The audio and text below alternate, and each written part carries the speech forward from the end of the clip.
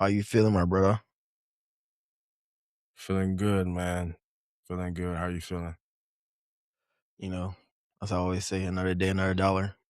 Here to put in a day's work. That's it. Yeah. Yep. Uh, Chopping wood, carrying water. Episode 11. nah. Last week. Not last week, but previous The last episode. episode. Yeah, Hmm. last episode got episode 10 done. That was a good milestone, and now it's back to work. No days Back to off. They thought that might be the end, but nah, we're here. We're here for episode yeah. 11. Yeah, it did feel very milestone-ish. And then, like you said, this episode is just back to regular programming. Same old Exactly. stuff. Job's not finished. Nowhere near done. The show must go on. Before we get started, let me ask you, what is one frugal habit you have that others might not approve of? Okay. I have a good one. Well, I don't know if it's a good one, but me and my fiance argue about this a lot. So whenever we order food like from any delivery services, any like app or whatever, I don't pay for delivery. Like I go pick up the food as long as like it's drivable. Like I'll say if it's 15 minutes away, yeah, I'm going to pick up the food. I'm not paying for delivery. Even honestly, I might not even get the food because there's a delivery fee associated with it. Mm. So unless there's like a discount that Uber Eats gave us to get free delivery, 9 times out of 10, I'm not paying for that delivery fee. So I'll So say that. what is her rebuttal on that? Oh, I'll just be like, I'll go pick it up. As long she don't have to do anything. Yeah. No, I'm saying, like, that's what I'm asking, like, what is her rebuttal? Like, what? Is she not like when you leave to go pick it up or what? Yeah, she was like, why are you leaving? Why do you have to Oh, go pick up the food? I think it's more she wants to spend more time with you then. Oh, we'll spend Yeah. time and eat the food together when I get back, saving I don't know. ourselves, saving There's $5. there's something missing there, Umar. I think you should spend more time with her so she won't have to miss you when you go pick up the food. Nah, nah, nah. We spend Because enough time. the way I hear it, right? I hear this as a man, like your ancestors. You're leaving the house to go bring food. You're going to the hunt and then you just got like a deer or something and you bring it on your back and you bring back food for the home. So it's a good thing. Exactly. That's pretty much what I'm doing. Mm. I order the food and now I'm going to pick it up and we'll eat and spend time together once I Provide arrive. for the family. Provider. Exactly. Exactly. So, Provider. Yeah. That's good. Okay. I don't think that's that bad. I'm the same yeah. way. What's yours? You have one? Mine is anywhere I go, if I get food from somewhere outside of my house, I'm going to try to bring some home because I think of it Mm, as every meal that I can that's a free save meal. from my fridge is just me saving money. What I tell myself is every time I can keep from eating a meal in the fridge, I save $8. Oh no, that's true. Like if I go out and there's free food, yeah, I'm packing food. Wait, what about at work? Do you like take food from work? No, like, Yeah. yeah, no, I'm that guy. I'm excessive with it. Like, no joke. Omar, I lie to you not. At my job right now, inside of my desk, I have to go boxes. Oh my goodness. No All right. joke. All No, right. I'm literally that guy. This guy is different. Okay. No, Okay. I'm literally that guy. Like, but context, right? My department has the second highest budget in my company, so we get food a lot. But Okay. so when they give us food, there's plates and to-go boxes sometimes. So I pack the extra ones and put them in my desk for future usage. This guy. Amen. Yeah, I wouldn't say I'm the one that I won't pack food. I was thinking about like parties, like No, get no, no. togethers, stuff I'm like talking that. specifically at work. All right, let me add some more Oh, context. There's a Teams chat at my job called "Where's the Food," where's the where food? like Oh no. Th- where people will be like, "There's food here." I'm usually the first one there with my to-go box. As soon as I see the lot. Oh man, this man's different. Like you said, like that's saving money. It's crazy That's how I think how of it. Saving money. our frugal behaviors was around food. Because food is where we spend the Food is most money. Like expensive. food is Food is expensive. expensive. Food is expensive, but nah, that's a good one. That's a good one. I gotta spend half the money my fiance spends on food because she spends twice as much as me. So I gotta Oh, cut mine down to balance it out. mm. The things we do, right? The things we do, man. Hey. one day. But no, that was a good one. That was a good one. That's something. That's a little nugget for people to know about us. We try and cut costs as much as possible wherever we can. That's how you save money. Got to, got to. All right. I think it's time for us to get into today's episode. Cool. Let's get it. Welcome to episode 11 of Common Sense Pod, where we are documenting our journey as two first-generation Nigerian-American millennials trying to figure out financially. And hopefully, we can all learn a thing or two as we embark on this journey and share our experiences. I'm your host, Umar, and with me is my co-host, Dami. Before we get into today's episode, make sure you follow and subscribe to the podcast so you never miss an episode. Like, comment, share with anyone you care about. It supports the channel and helps us create this content that you've come to enjoy. With that, now we can get into today's episode. Before that, real quick, I noticed looking at our metrics that we have a lot of foreign people not foreign. A lot of people listen to us from different places. So I would love to see Over comments. global? Yeah, a little bit, a little bit. I saw South Africa in there. Surprising, I saw South Oh, Africa in there. But nice. comment where you're from and under this video. Just let us know. If you're in the US, you could tell us what city and state. If you're outside the country, just let us know where you are from in your particular country. We'd love to see that. All right, no, definitely. That sounds encouraging, letting us know that we're having people listening from wherever, all over the world, for sure. So definitely drop a comment, drop a like, whatever you can do to support the channel. With For that, sure. let's get into today's episode. So if you're following our previous episodes or past episodes, you know that we've talked a lot about how we can invest in the stock market, how we can save money, as we just mentioned earlier, how we can build financial systems that can help us build wealth over the long term. There's a reason why we're talking about all of these financial literacy conversations. And so today we really want to deep dive into that as to why we're talking about that and what's really going on in the economy that's leading these conversations to happen. So have you ever felt like over the past couple of years, especially like in America, have you felt that, okay, things are getting more expensive than they normally are? My rent is increasing year to year. Gas is increasing. My groceries have gone up. They've gone up from $100. Now I'm spending $150 a weekly to buy groceries. These are not things that you're imagining. These are things that are actually happening. And you've noticed also that your wages are not really covering, they're not stretching as far as they normally do. What you were making a couple years ago, you might still be making around that or something similar, but it's not stretching the way it did for you to pay for some of these bills or the luxuries that you could afford previously. The reason why this is happening is because inflation and interest rates are silently controlling your money and today's economy, meaning that it doesn't seem like it, like I said, it creeps on us that these things are going up in prices. It's not a drastic increase, but over time, we've noticed that these things are increasing. And that's because we've noticed for the past couple of years, inflation has been a rampant topic. Inflation has been going higher. And there's also been a manipulation of interest rates trying to balance everything that's going on. And so those are some of the things that we want to talk about today for people to really have a good understanding. Because if you understand this, that will help you make some critical decisions that you need to make in today's economy. So you're not lagging behind. You will have good purchasing power. You're able to do some of the things that you want to, and you're not wondering why your salary or your wages are not keeping you afloat in today's economy. So with that being said, Dami, can you give us a brief understanding of what inflation is? Of course, of course. My co-host Umar. Anything you request. Thanks for the introduction. Inflation is basically the general rise in products and services over a particular period of time, or just a reduction of your purchasing power. So like you mentioned, you said $100 groceries is now $150. That's a reality. I think it's something that most people can relate to. Like a few years ago, you could go out and at one point you could get decent groceries, at least for like a week, under $100 at like Walmart or something.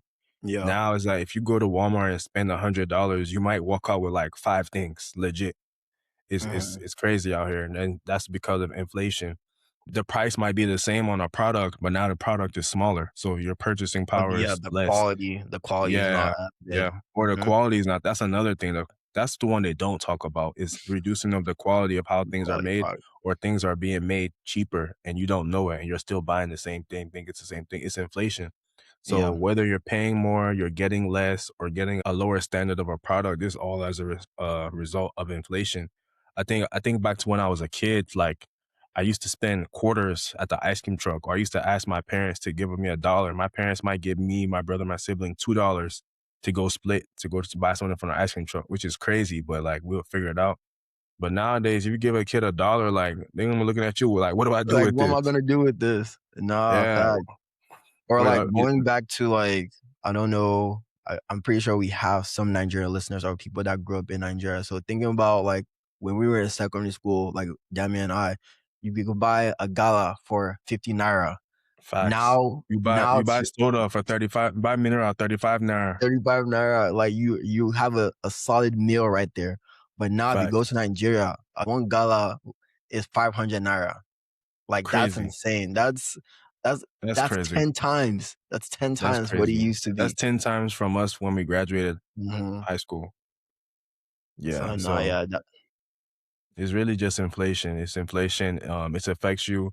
You could be living the same lifestyle. You could be doing all the same things, but everything's going to be more expensive just because of inflation. Like you mhm. mentioned, even rent.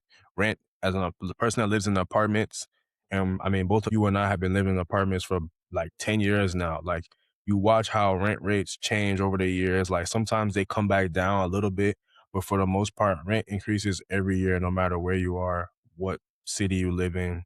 You just have to adjust. You get something nicer, you get something same level, but like rent prices will make you question where you're living every few years for sure. For sure. I definitely. All right. So pushing this inflation conversation forward, from what is inflation, let's talk a little bit why understanding inflation matters, or why having an understanding of monetary policy matters. It matters because it gives you perspective on why things are becoming more expensive as things in the economy change. So as Mhm. interest rates go up, interest rates go down, as inflation increases, as inflation decreases, you'll have an understanding as to how that affects your everyday life and what you should avoid doing during that time. So like Yeah. it's really important to understand these things. And we'll probably get into some of this stuff later on, but just like there are certain people like a Fed chair, the Federal Reserve, our president screams about uh interest rate cuts Interest probably like rates. once every Yeah. week. It's really important because it affects the livelihood of all of us in America. And I mean, other countries as well, but we live in the US. So it's really important to understand these things no matter where you are because it affects everyone's lives. Whether, like you said, I think you said inflation and interest rates silently run your money or something like that. That's Silently really what it control our is. money, yeah. Silently control your money. Exactly. Even if you don't have an understanding, your money is being controlled by something you have no idea about. So Nah, facts. you're not spending more, things just cost more. And it's because of inflation. So, Very true, very true. cool. Okay, so finishing up on that, Umar, you want to talk a little bit about why inflation happens or causes of inflation? Give our listeners some perspective on that. Yeah, for sure. I mean, so like you said, we've mentioned what inflation is, how it's silently controlling our money. Now people might be asking, okay, why does this happen or how is it happening? Pretty much what's happening, it's think of it like the economics of it is like it's a balancing act. It's pretty much balancing supply and demand. So whenever there is a high supply, so let's take of any resources, but in this situation of inflation, let's take money for instance. Whenever there's a influx of money or there's a high circulation of money in the society, that leads to increase in demand. So whenever there's an increase in demand, that means a lot of people want a particular thing. And whenever there's a lot of people that are wanting a particular thing, that leads to a constraint in supply, meaning that there's more people that want a particular item than there's that item. Another thing is that when businesses see that people want a particular item, they also increase their prices because they know, okay, because there's a lot of people, that mean they can increase their prices and people are still going to get it regardless because there's an influx of capital. There's a lot of people that want this particular item, and so if we want to make more money on our item, let's increase our prices.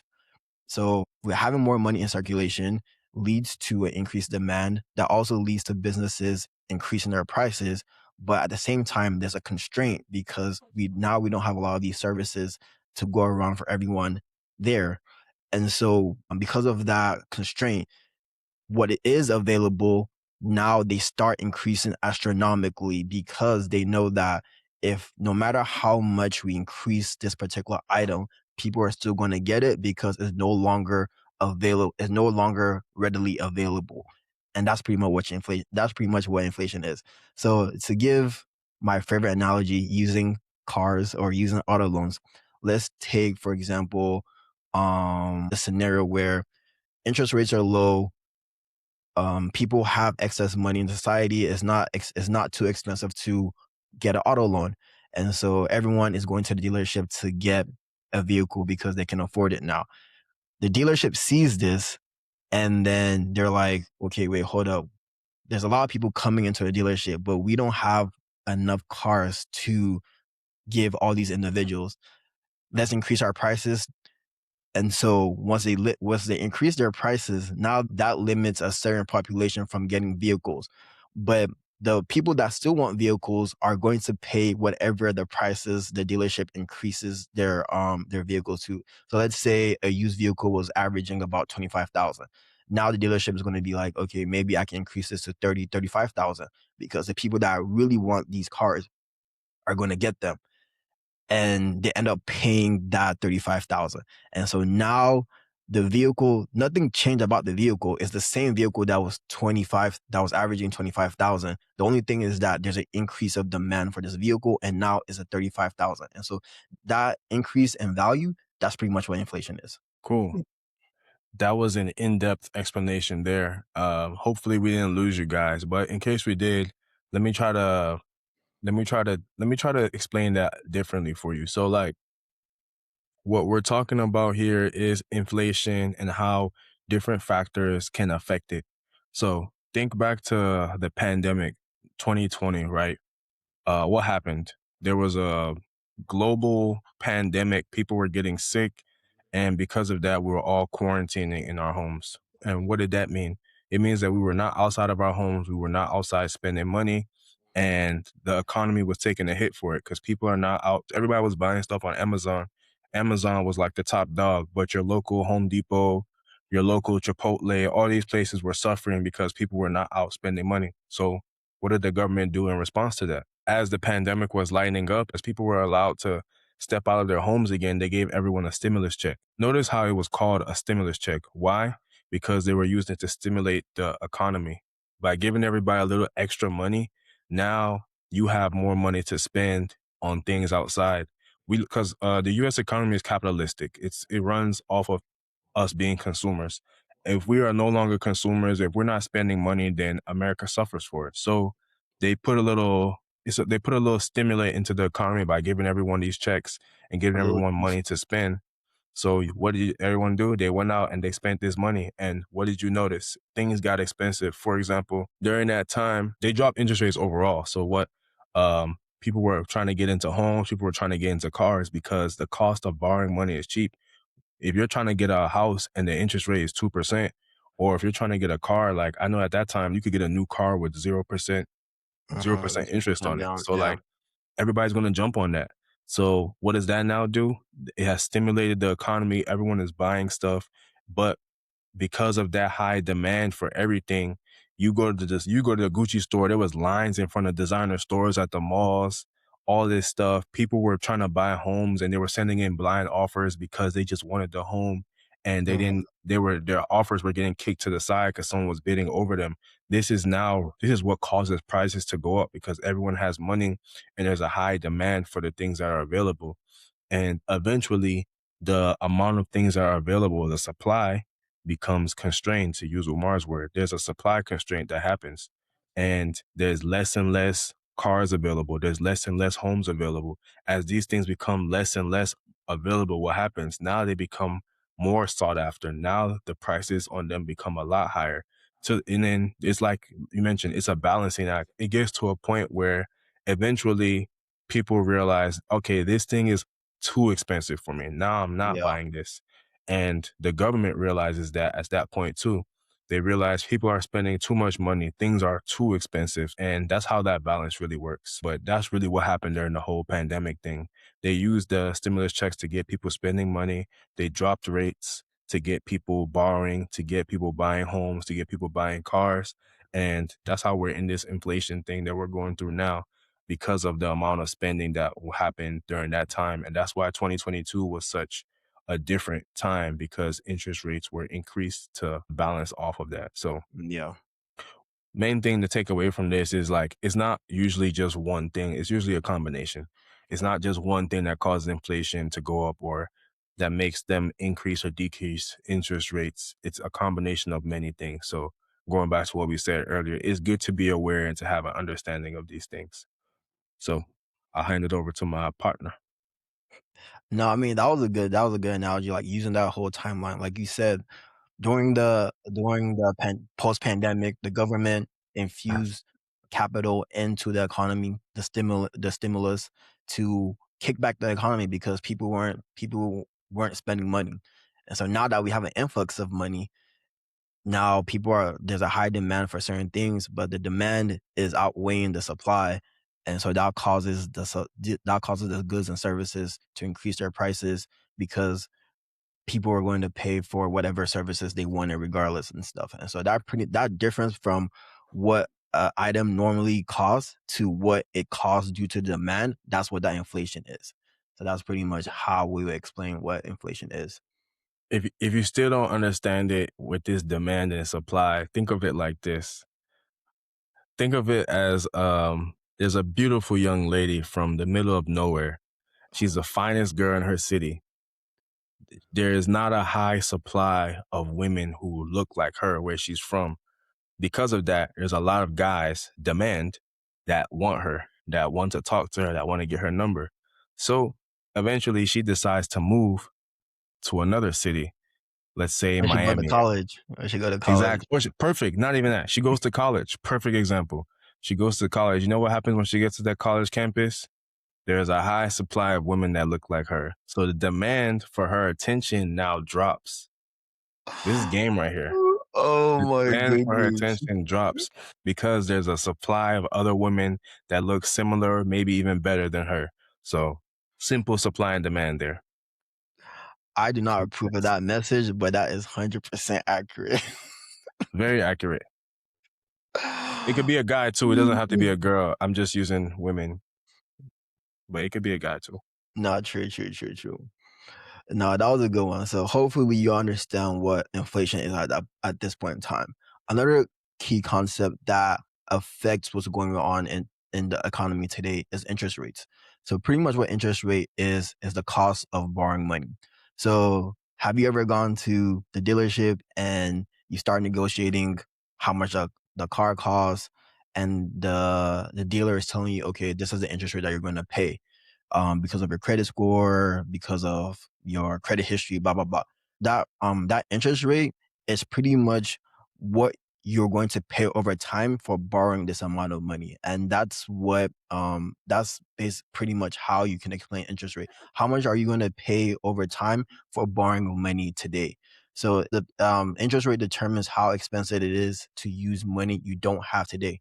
If you had the money to get the car, you would have used your own money. But because you don't, you have to borrow it. And because you're borrowing it, there's an interest rate associated with it to figure out how much you're going to pay at the end of your loan term. So think about if you have a higher rate, that means you're going to be paying more money over time. So ideally, you want to have a lower rate as much as possible. And that goes back to our whole conversation about credit or credit card, where if you have a good credit history, your interest rate is going to be lower. This is how everything in the economy ties together. You want to have a good credit history, so you're also borrowing money as cheaply as possible.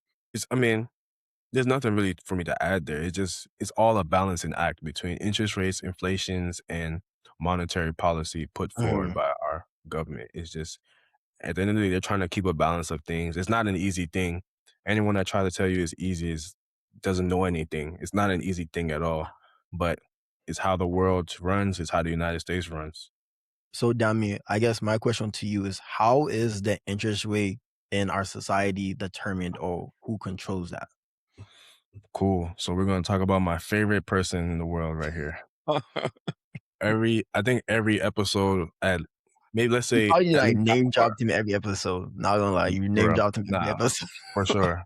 Because that's how important this guy is. Jerome Powell Mhm, or Jay Powell, as they call him. The guy is really important because he is the Fed chair. So before I get to talking about him, let's get into the origin of things. So in the United States, we have the Federal Reserve, and the Federal Reserve is basically the bank for banks, or in other countries you might call it the central bank. I don't think we call it central bank here, but in Nigeria it's like central bank. In most other yeah, countries they call it the central bank. central bank, yeah. So here in the United States, our Federal Reserve is the bank of banks and is an independent party from the government. So that's why the president cannot tell the Fed chair to cut rates or to increase rates because it's an independent party. And how the Fed, as they call it, the Federal Reserve came about is that in the early 1900s, there were issues where, due to economic turmoil, banks were getting into trouble or banks were running into problems and people were coming and taking all their money out. As a bank, you have to always have money available for you to be able to function. So if everyone comes and takes their money out of your bank, you have a problem. So that's where the Fed comes in as the Fed can say the Fed has and in many situations does save these banks when they get into problems with liquidity, having money, or whatever issues they might come into. That's what the Fed's job is. They save the banks. We've heard this in the news multiple times, different times in history. The Fed saves the banks. So by putting together this independent entity called the Federal Reserve, we have different Fed banks. I think we have 12 of them across the United States. There's like one in New York, California. The original person that thought of it, they're from Missouri. So Missouri actually has two Fed banks, I believe. There's 12 across the US, and each bank has a governor.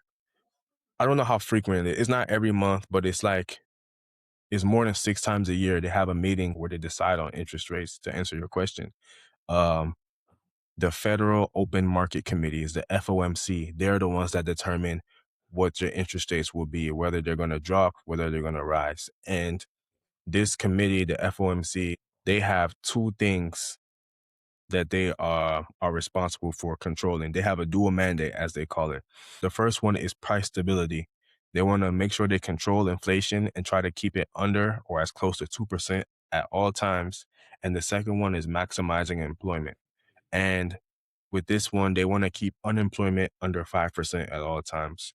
Now, these two things are not always aligned. Sometimes trying to control inflation affects unemployment or affects employment. Sometimes trying to maximize employment affects inflation. So they're not always aligned. Sometimes they No, conflict no. with one another, but it is the Fed's job that with all monetary policy that is put in place, it is around this dual mandate of price stability and maximizing employment. So when you ask who sets the interest rates, it is the board, the FOMC board, led by the Fed chairman, who was currently Jerome Powell. Wow. And that is the reason why it's been such a big deal about him stepping out of his position because we're getting a new Fed chair. And as I mentioned, it should be an independent entity. Granted, the Fed chair is elected and approved by the president and some other body. I can't remember the other body, but they are supposed to make decisions independently. But as we can see, the person that's being put into office next might have the president in their back pocket. So we'll see how it's gonna go. But this is Our why the president might Fed have chair. him in his back pocket. Yeah, yeah, Yeah, that's what I meant to say. yeah. But that's why the person who was the Fed chair, probably one of the most important people in this country, because they are responsible for how expensive or cheap it is to borrow money. Nah, yeah, that was a good explanation as to who or what committee controls the interest rate. Because Mhm. I mean, like we said, that is Dami's. If you listen to our previous episodes, that is Dami's favorite person to mention, and Yes, rightfully yes. so. Because I mean, every decision that he makes is very important, especially when it comes to the current rate of inflation, and then adjusting the interest rate so that it can balance out the inflation that's going on. And whenever interest rate is adjusted, it either means it's cheaper to borrow money or it's more expensive to borrow money. And Mhm. whatever scenario that has an effect on the market. And so there's a chain reaction that Chain happens. reaction. Yeah, there's a chain reaction that happens whenever interest rates are Yeah. adjusted or modified. Yeah. I mean, we're joking about it, but like for real, like this guy really matters. Cause I mean, think about it. Like when you have low interest rates, it speeds our economy up. Everyone's borrowing money. Everyone's buying houses. Everyone's buying cars. When interest rates are high, no one wants to buy. I don't want to buy a car if the interest rate is crazy. I don't want to buy a house when the interest rate is crazy. I don't Yeah, want to expand my business when the interest rate is super high. So like this stuff really matters. Whether the interest rate is high or interest rate is low, like you can feel it in the economy. If no one told you, you can tell there's a difference. You might not know what the difference is, but you can tell like makes you how feel it. the yeah, you can feel it. You can feel it for sure. Pause.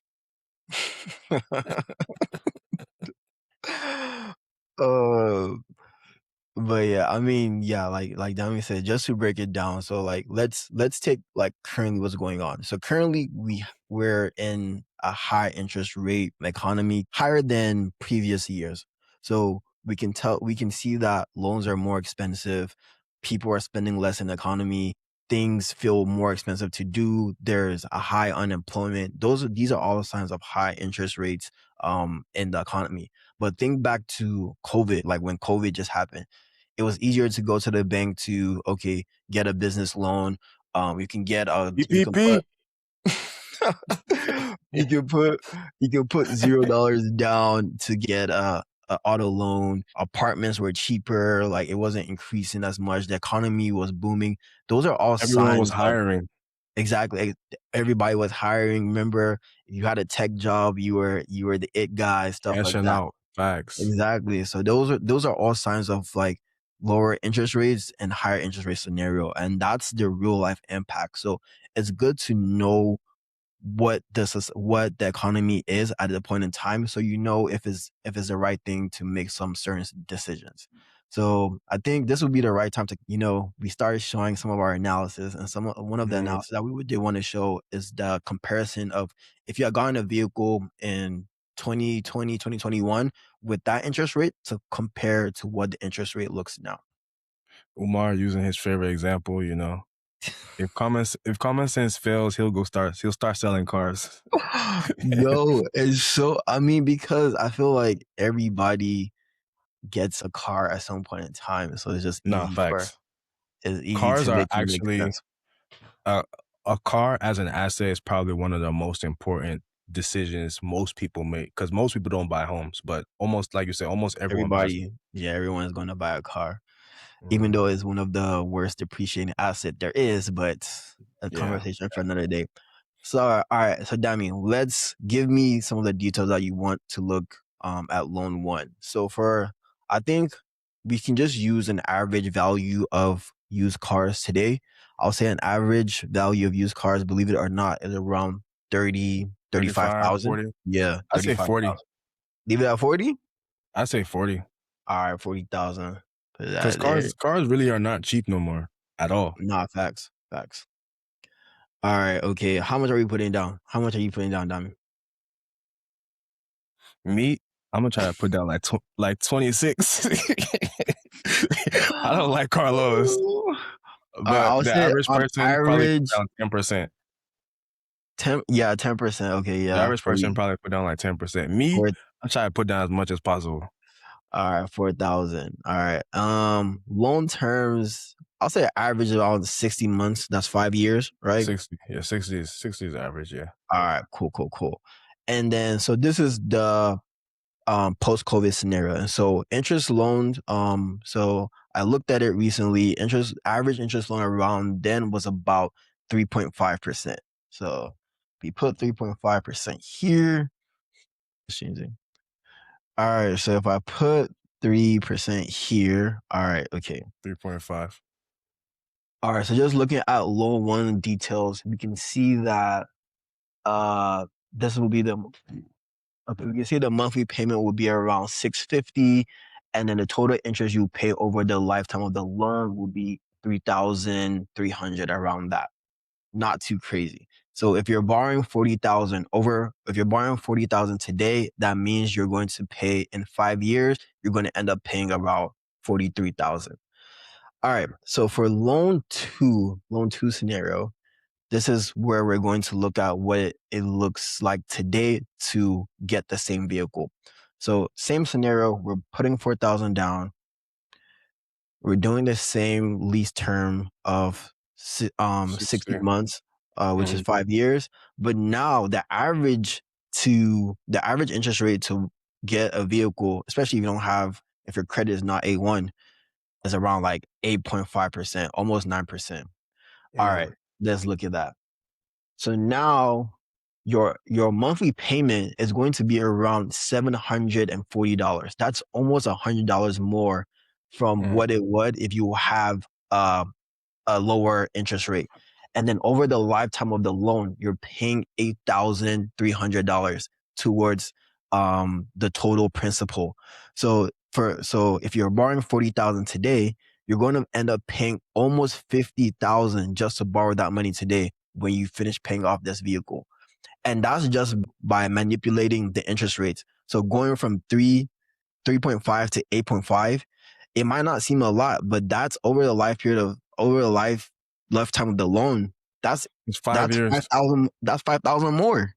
That's $1,000 extra per year A because thousand of the dollar extra interest rate. per year. You know what you can do with $5,000? Yeah. Just highlighting this, it just shows you this is the reason why when interest rates are low, everyone wants to finance their business. Everyone wants to buy a car. Everyone wants to buy a house because this is just a car, $5,000. But imagine what this would look like on buying a home, or imagine what this would look like for someone who's trying to expand their business, their six-figure business. They're trying to expand it to $1 million business. Like that money adds up for sure.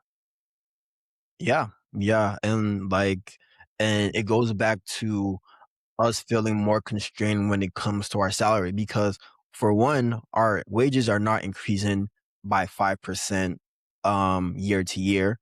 It's more of like it's 1%, 2%, unless you just have like a change in positions or you have like a drastic increase in your salary. And so when you go from paying 650 a month for your auto loan to around 750, that's an extra $100.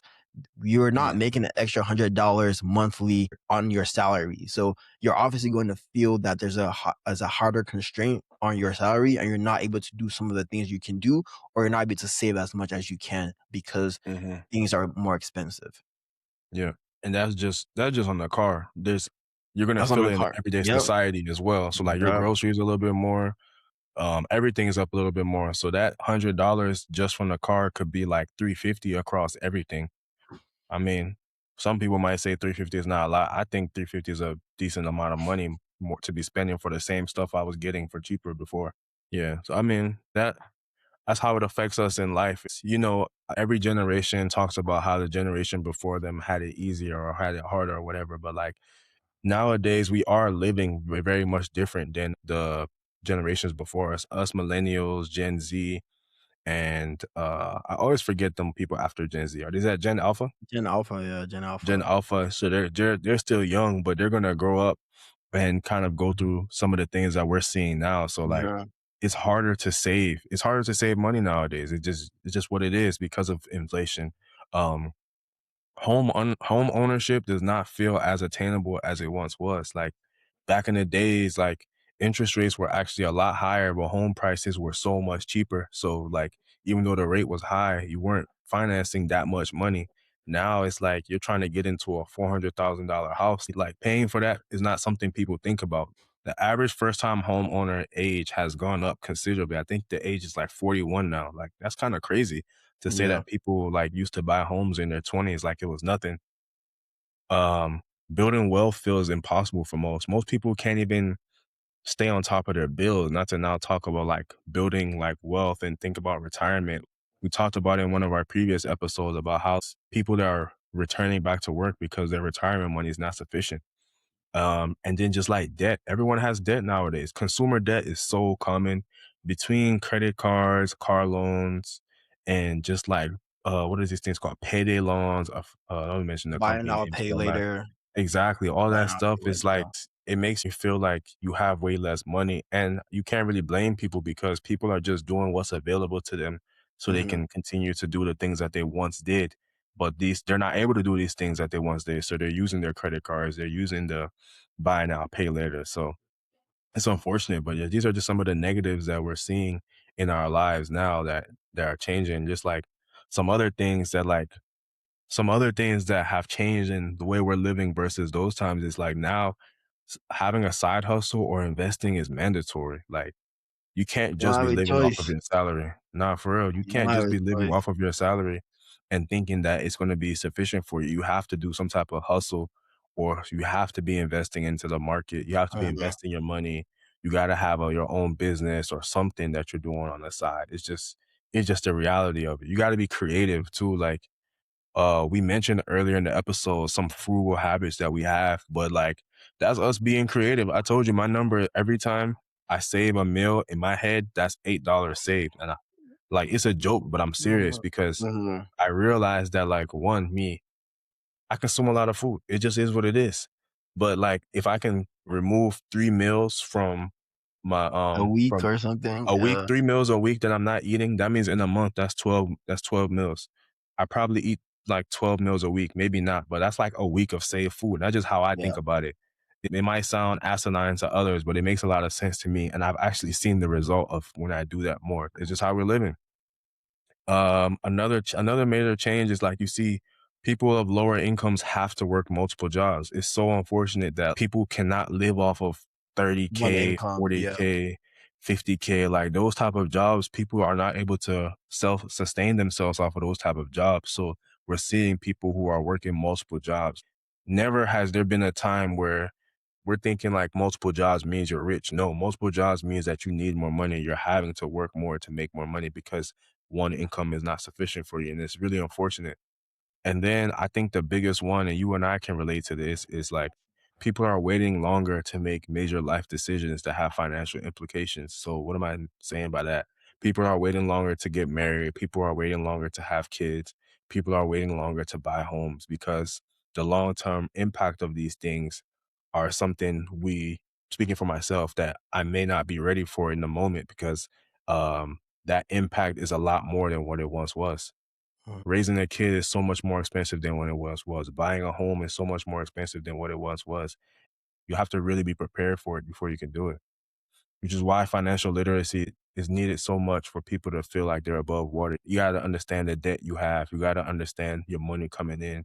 You got to be able to invest. You got to make sure you have a hustle or something. Like if you don't understand what's going on in the world, if you don't understand the economy as it stands, like you're not in a great situation and you should do something about it. nah, for real. I mean, I didn't mean to make that all gloomy, but it's just the reality of the world right now. Let's make it happy. Let's get into the personal side of things. Let's talk about our alright, past alright. mistakes so that our people can laugh at the things we've done in the past and hopefully learn from them. Alright, cool, cool, cool. All right. All right. So at one point in your life, you noticed that, wait, things over the years get more and more expensive. When was that for you? Alright, so I'll say this was probably, like, maybe a little bit after COVID, maybe 2022. Well, when prices were just, like, all-time highs, and this is going back, like you said, like, those major financial decisions. For me, that was, like, trying to buy a home. So I remember, okay, this was maybe, like, 2019, 2020, right before COVID happened. I was like, "Alright, I've been working for a couple of years now. I might have a little money saved up to, like, buy a property. Let me start looking." So I remember Well, you was about barely working for 2 years. Stop. I like, I mean, that's like, okay, I have No, money no, I'm messing saved with you. up. I'm messing with you. I'm messing. I'm just talking. I have I'm just money talking. saved up. I was like, "Alright, let me see what the market is looking like." So and then this is also time, like, me and my friends were talking about, okay, like, they're trying to get, properties and stuff like that. So maybe, like, 2019, 2020, you I what I was looking for in the market about at that point in time, maybe like a 3 bedroom, 2 bath, 2.5 bath. We could see that. And then this is for context, this is in the DFW area. So you could probably see that for about like 250, 200, 250. That was like the price range. I remember The good like old days. vividly. Yes, I remember vividly like in the DFW area, you can find like a 250 property, be like, okay, It's not like necessarily like new, but it was decent. After COVID, after like okay, everything shut down, everything is back. People from California are moving to Dallas. Everything is booming again. Those same properties now they're double the price. Now you're looking at 500K for a 3 bedroom, looking at 550 for new builds, stuff like that. That's when I realized wait, what exactly happened and why did this happen? So that was the first Mm, like major time that I realized, okay, prices don't stay the same. Like I know people say that the value of your property is going to go up over time, but 100% in like less than 2, 3 years, that was quite insane to me. So that was mm. one of the first times I really realized, okay, inflation is a thing and things are getting more expensive because of the demand and supply of things. What about you? What would you say is yours? Um, I mean, I noticed it really. I noticed it when the iPhone started getting expensive. I thought that was pretty crazy. Like from the iPhone 4 to the iPhone like 7, I was like, what's going on? iPhone 8.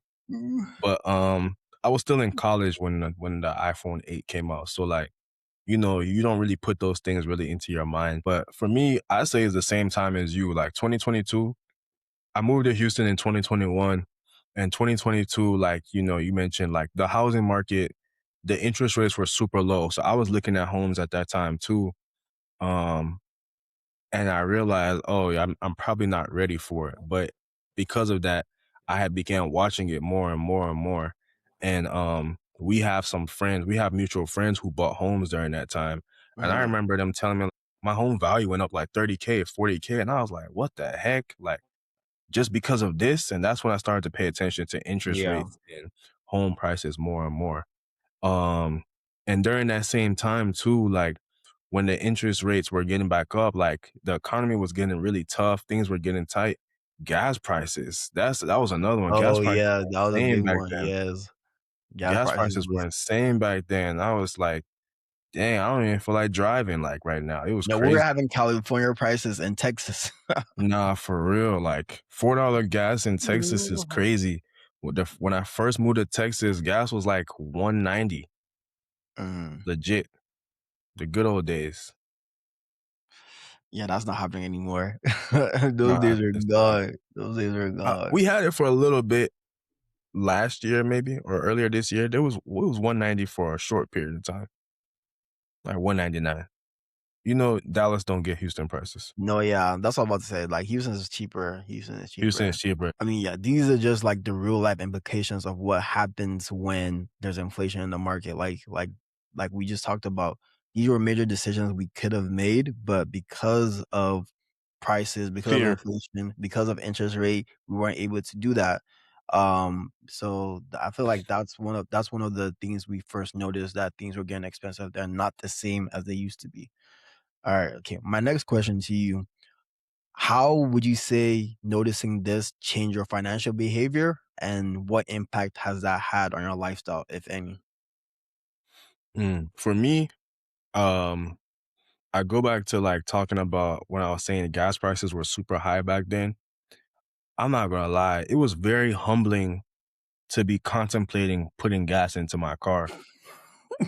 For real. It was very humbling to be like thinking about like, Or like, should dang. I make this drive and stuff like No, that? for real. I mean, like when I first moved to Houston, I used to come to Dallas all the time. And I Yeah, remember during that time, I started taking the bus to Dallas because I'm like, I'm not driving this. Like, if it costs slightly less for me to take the bus to Dallas than to drive, I'm gonna take the bus. And I was really taking the bus to Dallas because like it was very, like I said, it was very humbling to be like filling up my tank and just knowing that I'm just gonna burn right through it and have to fill it back up. So like one thing I noticed during that time is I need to be living in a way that is economically agnostic. And what I mean by that is how I live is not affected or is not impacted by whatever is going on in the economy. So whether things yeah, are good, whether things are bad in the economy, my lifestyle is not affected. So like right now, recent gas prices went up. Is it bad? Yes. But like I'm not really complaining because the way I live now takes those type of things into consideration. Like if when inflation hits us heavy, I know that it's gonna come back down eventually, but like I'm okay I'm able to stick it out during that time because I've seen it in the past and I've been able to adjust my life accordingly. What about you? So you say you're just living the same way regardless of inflation. Live the same way. Like nothing special, nothing extra, living very comfortable, conservative within my means, below my Yeah, means. I think that's really what it is. It's just like learning to live comfortably below your what I means. mean. It I just mean, helps you out. When things get bad, it's like now the money that I'm spending is probably like, let's say I was spending 80% of my means. Now I'm spending like 100, like the neutral number yeah. because of inflation. I mean, that's a good strategy. That's a good strategy. I'll give you that. I learned Um, from you. nah, you're on a different Nah, I didn't level. learn that from you. Yeah, no, I didn't learn that from you. You're on a different level. If you know, you Um, know. in terms of financial behavior, I think this is when I realized that, okay, maybe saving alone is not enough. Like now, okay, how else can I make my money, like make more money? Because this is like it's like a shock to you that, okay, you've been saving a amount of money for a down payment, but now that you're ready to do a down payment, it's not even enough because of inflation. Mhm. So it means that my money has lost value just by staying like in a Mhm. savings account rather than investing. And so this was around the time that I was like, all right, let me be more serious in terms of my investing. Let me switch up the percentages where I'm putting more towards investing rather than putting more towards saving. So I'll say that's one of the main financial behaviors that I had to adjust during that time. And then impact to my lifestyle. Honestly, this is when I realized that more like you're on your own. Like you have to figure it out and you have to maximize your potential. So I remember like whenever we started working around the same time. The people at the places that we worked would be people that have been there for 10, 20 years and then just keep working there. I mean, yeah, like it gives you that security, but at the same time, you're not maximizing how much you can make in the market, especially like with skills that you have. So coming out of college, okay, you had a bachelor's in engineering, you got your master's. These are all things that can put you in positions to make more money and put yourself in a better position to support yourself, to invest, to buy property, to make that wealth building path a lot easier for you. So this is when I realized I've been working at the same company for a good amount of time. Maybe it's time for me to like try and find a new position that's going to pay me 20% more, 10% more. And so that's around the time that I kind of like switched jobs to like find a new position that will pay me more. Um, Finally, But I mean, that was around the time that people were having like multiple jobs. They were switching jobs. You hear somebody get a 30K bonus, 40K bonus. I'm like, where are the 40K, people? 50K sign-on I'm bonus. like, where are these people making that money? But it's just because like you really have to do what's best for you. And at that point in time was finding a position that's going to pay you more rather than just staying at where you're at and stuff like that. So I'll say that's one of the things I noticed for sure. Yeah, yeah. That was insightful. You know, we try to put our personal experiences into every episode and let you guys know. I I mean, think we didn't really have no like mistakes in this one, but definitely some things you could learn from, whether mhm. it's trying to live in such a way that the you're not as impacted by the economy, or just realizing like just saving your money and putting it into an account is not enough. You have to It's be not letting enough. that money work for Yep, you. You have to be looking for how you're going to increase your income. You have to be looking for how you're going to find alternative means of making money. for sure, for sure. All right, now to everyone's favorite segment of the show. Is it making sense? So I will present you with a scenario, hypothetical, partially true, and you'll let me know if it's making sense or not. Ready? All right, let's hear it. Let's see what you got today. Cool. So we have an individual, Mr. John. He has a business where he's been trying to expand, and he didn't take out a loan when interest rates are low. Now interest rates are a bit higher, and he realized he has to take out that loan, and he's trying to do that now. Is it making sense or no? Mr. John, Mr. John. I mean, one, that's not making sense. Like we've talked about, okay, when interest rates are higher, that means you're gonna have to pay more money over time. and he had the opportunity to loan to get this loan when interest rates were lower. I mean, it is for a good cause because he does want to expand his business. I think what he has to do is try and figure out, okay, is this the is there going to be another opportunity where interest rates are going to be lower for him to get this loan, or is it going to increase from where it is today? If it's going to increase over time, like it's not going to go back down, okay, maybe he has to, okay, just get this loan at this higher interest rate. But if it's not, if he doesn't need the money right away, if interest rates are going to go down, he shouldn't take out that loan right now. Like this is not the best time. Especially if this is for a business, you don't want to have to pay more money than you need to, because you're taking money out pretty much. So he has to like figure out what the pros and cons of taking money out right now, but it's not making sense if he has better alternatives than taking money out right now.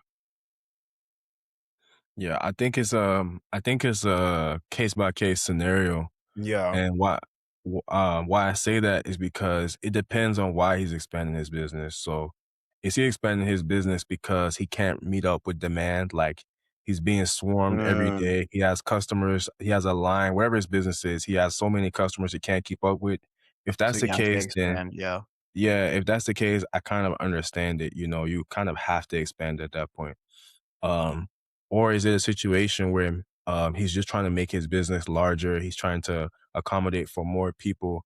Um, it might not make sense in that scenario. He might, you know, you might want to wait for a little bit to see. But all in all, I agree with you. Like he has to reevaluate. He has to do the pros and cons of everything. He has to adjust his margins and his potential incoming revenue that he thinks he may be having, his profits and all these things. They need to be adjusted for this new interest rate loans, and he has to see what that long term impact might be. Because him expanding his business during these high rates could lead to his business failing if he can't keep up. Yeah. If you can't keep up, yeah, with the payments or just expense costs, stuff like that. Yeah, yeah. So yeah, I mean, yeah, that was a good one because I don't feel like there was a definite answer. It's really just Mhm. figuring out what the best case scenario is here. All right, I have one for you. Let's do it. So you have Miss Sandra. She just graduated from college with a bachelor's in computer science. And so in this economy where employment is not as where unemployment is rampant, it's hard to get a job. She gets an offer, and because of fear, she accepts the offer right away without negotiating. Is that making sense or not? It's a survival tactic. It's a survival thing. So I understand it, but no, it's not making sense. You should negotiate every offer that's given to you from a job Mhm. because you never know. Like, I mean, at the end of the day, a job is a business. A business cost is to spend a little bit, make a lot of money. So there's more money to offer you. It's just a matter of whether they'll get it. You It's ask for just it a or matter not? of it's a matter of whether they'll give it to you or not. And you'll Mhm. never know if they'll give it to you or not if you don't ask. Uh, 9 times out of 10, if you ask your job for a raise, they're not going to give it to you. If you try to negotiate it, they're not going to give it to you. But if you have some type of leverage, if she's in this situation and she got another offer from somewhere else, I bet you they'll give her that raise that day. I've seen it too many times. If you get mhm. a competing offer, if you have some type of external leverage, then your job will give you the raise you're looking for. So it's not making sense because she didn't negotiate it. 9 times out of 10, even if she did negotiate it, she probably wouldn't have gotten it, but you have to at least try. You have to You, ask. Yeah. yeah, you got to ask.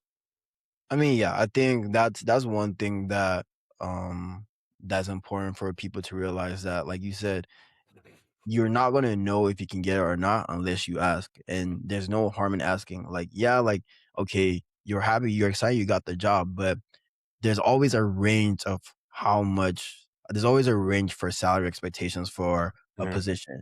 And so if Hmm. you're telling them, okay, this is my range, and they give you this, if you don't feel that's within your range, you can be like, okay, what can you do, or what's the best offer you can do, or and then they will come back to you and tell you, okay, this is the best we can do.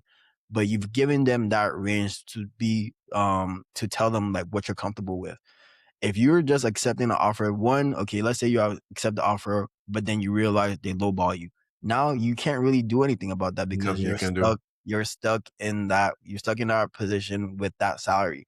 You're not going to get a higher salary until like, okay, maybe you get a promotion, or like you really can't change anything like that. Like they got you, like They they got got you you. at a lower salary, and then from there on, like it's just gonna be little increases year over year. So you want to Hmm. make sure that you're setting yourself and put yourself in the best position. So negotiating is always important, and this is anything in life, not just like your Yep. salary, but just any business that you do. You want to make sure you negotiate. I'm so happy you said that because I was just about to say, man, I damn near negotiate in the grocery store. I try to get a deal anywhere. My fiance hates it. I try to No, negotiate everything everywhere. I think that's just like the Nigerian in us. Like we For can't. sure, it's Nigerian way. Like when what they call, they price. Did you price You it? price it. You Did you price get it. the lowest price? Nah, facts, facts, facts.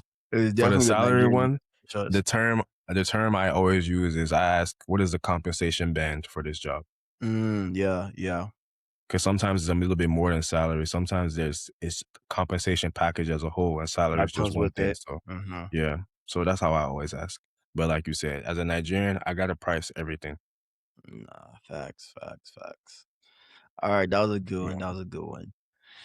All right, that was on to good. our next segment, the economic news for the week. Pretty much what we go over what's upcoming or what's happened in the economy in the previous weeks, or what's coming up that we want to talk about, that we want to focus on, and for our listeners and viewers to get a better understanding of. So I think I have one that's kind of related to our topic today. So I actually saw this the other day where it said that 84-month loans, so that's 7 years pretty much. Already seeing 7 years is crazy for an auto loan to me. But so it says 7-year loans are at all time high. They're up 2% from last quarter. So Hmm. Q4 2025, they're up 2% to about 23% of all purchases that are made for vehicles. That is So crazy. that is insane. That is insane. So what that means is that, one, people are handcuffing themselves to a longer loan period For longer to periods, yeah. afford vehicles. That's pretty much what that is. And the reason why they're doing is because if you're spreading out the principal over 7 years, yes, you have a lower monthly payment, but as we've talked about, you're going to have a higher interest. You're going to have a higher interest payment at the end of the loan because you have a longer time to pay off this loan. So though it might be easier month to month, but at the end of the 7 years, you're paying a lot more than you had initially borrowed You're owing for a longer period of time. for a longer period of time. Um, That's crazy. I didn't know that those 7-year loans got so popular so quick. Bruh, it's actually quite insane. There I saw like within the article it was saying that these have become like the norm for people to do The because go-to? yeah, Sheesh. because it makes the monthly payment a lot cheaper. You know, one thing I always say, and the next thing I'm about to bring up aligns with it, is like, we gotta stop acting like they do this stuff to help us. It's not to help us. They never do anything to help us. It's just Nah, the facts. That's how some people be buying 50-year mortgages now. It's not to help us. it's not. It's not. It's like you're still gonna end up paying more money over time. What I tell people, like when you're looking for a car, all you care about is interest rate and how much the total value is. Total, yep. I don't care. Like I don't care What the long how they're gonna term. manipulate. They I don't don't care how they're care, gonna what do you, they're gonna tell you what do you want your monthly payment to be? That's the trap. Very bro. crazy people, I bro. don't care. All I care about is how much in total is this car and what is my And interest what rate. is the interest rate? I'll From figure it out there, from there. I'll tell you if I want to do 48 months, 60 months, whatever. Those guys are asking, oh, what do you want your car payment to be? Oh, okay. If you Ooh. do a 10-year loan, you can pay this. We can make it this. Crazy people, Uh, man. But yeah, these are the things that we just need to pay attention to because it's honestly a trap. And Mhm. then another thing that I saw is that okay, let's say you do have you get a 7-year loan, right? Within 3 years, that car has depreciated, let's say 50%. Most Now likely. Yep. you're owing more money than what your car is actually Is worth. valued. Yep. Exactly.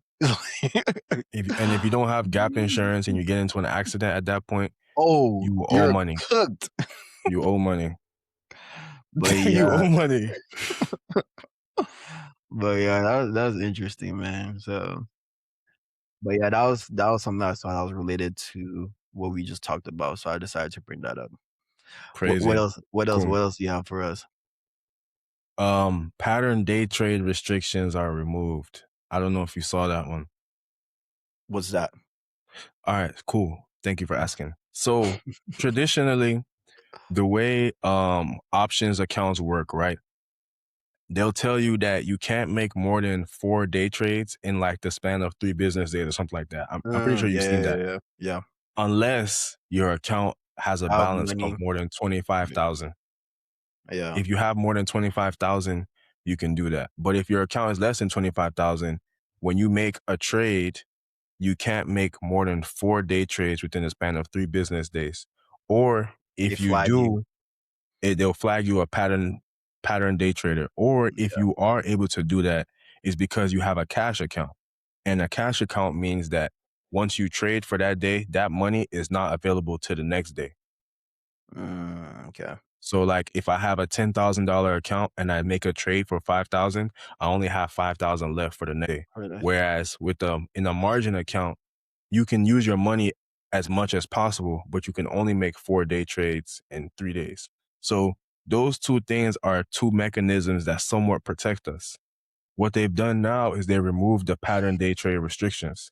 So you can make as many trades as you like now, as long as you have over 2,000 in your account. Now, is that good for people that know what they're doing? Of course. But lowering it from 25,000 To and just putting the 2,000. restrictions to 2,000, come on, man. Like, how do you think they're helping you? They're trying to take your money, bruh. They're trying to take Wait, people's so is money. this like I mean, I've only seen this on Robinhood. So is this like a thing only with Robinhood or is this just like No, a it's thing all with platforms. options in general? Hmm? It's options in general. In It's your on options all in general. platforms. Okay.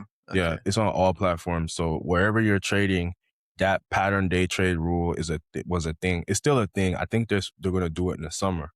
But Mhm. yeah, it's like a thing. It doesn't matter where you are. I want to say it's been a thing since like, don't quote me, but it's been a thing for a long time. Now it's no longer a thing. So I mean, I'm kind of looking forward to it, but at the same time, I like trading in a cash account because it keeps me control. It keeps me responsible. Once I spend some money for that day, I can't use that money to the next day. I Yeah. don't trade in a margin account. A margin account is an account where let's say you have a $10,000 balance, you can request more money. They can give you an additional 4 or 5,000. So technically, you're using money that's not yours. I don't like to trade that way because if I lose, I'm losing money that's not mine. So I lost my money and I lost someone else's money. I'd rather just lose my money. Yeah. So they just is it's getting bad. I'm not gonna lie. For options trade, I thank God that I know how to trade, and I'm not perfect, but I'm working on it. I'm getting better every day. I thank God I do because like I can't imagine someone that's just starting to trade. They've removed this pattern day trade thing. They've made more expiration dates so that now you can almost trade zero DT every day. It's just they're making everything Making it a super lot fast, easier. microwave Yep. money. They're making it so easier for people to gamble and to lose money in the market, and it's becoming crazy. No, I mean, like you said, they're not doing these things to help you. They're It's not to making help you restrictions a lot lighter. And with that, like if you don't know what you're doing, you're gonna lose money and faster. it's not gonna be good for you. It's not gonna be good for you. Well, on to more positive things. By the time we're posting this, it'll be the big earnings week. We have Microsoft, Amazon, Google, and Meta all in the same day. Wow. That's a big one. That's a big I'm one. Are we playing earnings? You know, I've officially matured from doing that. I don't do it at all anymore. Uh, I don't like Umar. I tell you, I do not play with earnings at all. earnings, yeah. Nah, I've facts. learned my lesson unless I'm already in the position. Mm, But for me to buy like a day or two before, I've just learned that is you can never know enough. You can never know. It don't matter how much research you've done, how much you know. Like I'd rather not even gamble my money because there's always yeah, that uncertainty. And there's been too many times where it's like the earnings went perfectly. Perfect but example, then Netflix last week. It was the numbers were insane, but they had to pay 2 point something billion dollars because of the deal that they tried to broker and had to cancel. mm, yeah, Same thing with Meta a few quarters ago. Meta blew their earnings out the water, but they had to pay a one-time fee for something AI related, and it was like 8 billion, and it changed their earnings per share from like $8 to $1. Like that's something you can't account for. Their earnings was great, but one thing happened. The one that scarred me forever was Jeff Bezos retiring. Jeff Bezos retired. The Amazon was talking about their earnings. Everything was good. And then he said, I'm retiring. I said, what? Do oh, you you know I know, have a position in yeah. this? Oh, you know it hit you bad. You remember that? Bro, what? That was in 2021. I'll never forget that one. Mm, I'll never forget that one. So like over time, I just learned that, like, I'll get my money. not like we To said. be I mean, honest, yeah, it's just better to get it without the volatile events. All the volatility, the crazy things that happen is how people lose money. yeah. I mean, like we said, like that's pretty much gambling, and so you don't want to gamble with your money like that. Don't get me wrong though. I might get that itch every here and there though, but I try to avoid it. But I mean, no, Wednesday, that's a big deal. I mean, like you said, Microsoft, Amazon, Google, Meta, those are big ones. They're coming up down. But I know Yeah. like that I week also.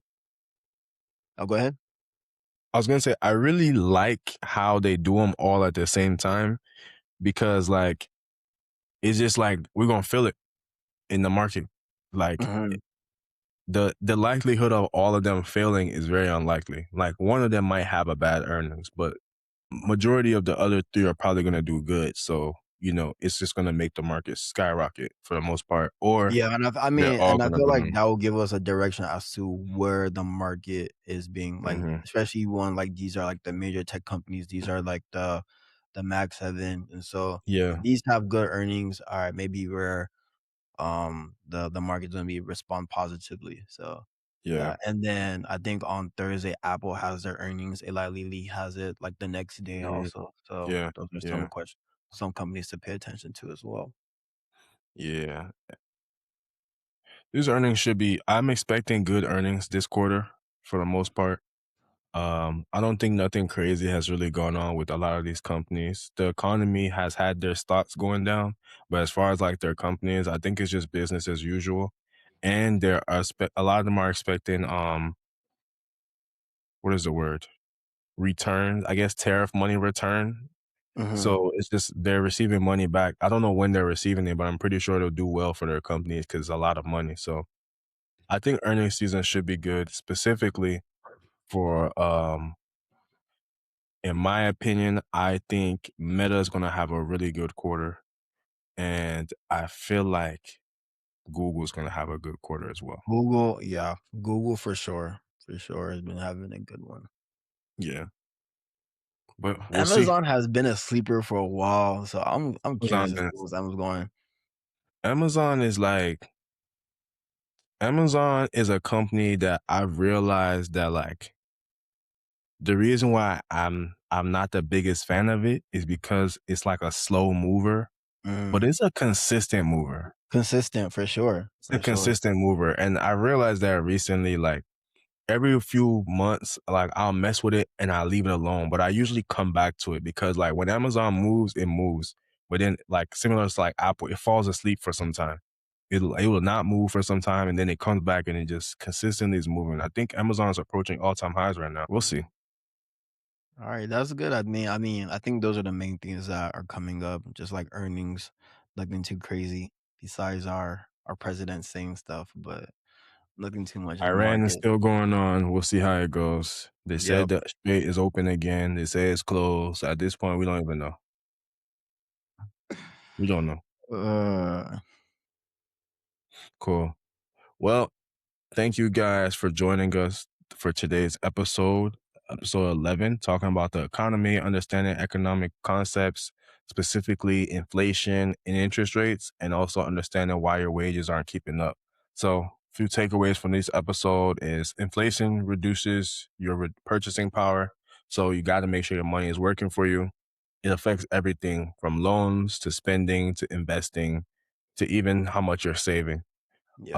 Um, Wages will not keep up with inflation, so you got to find a way to grow your income. Be proactive, not reactive.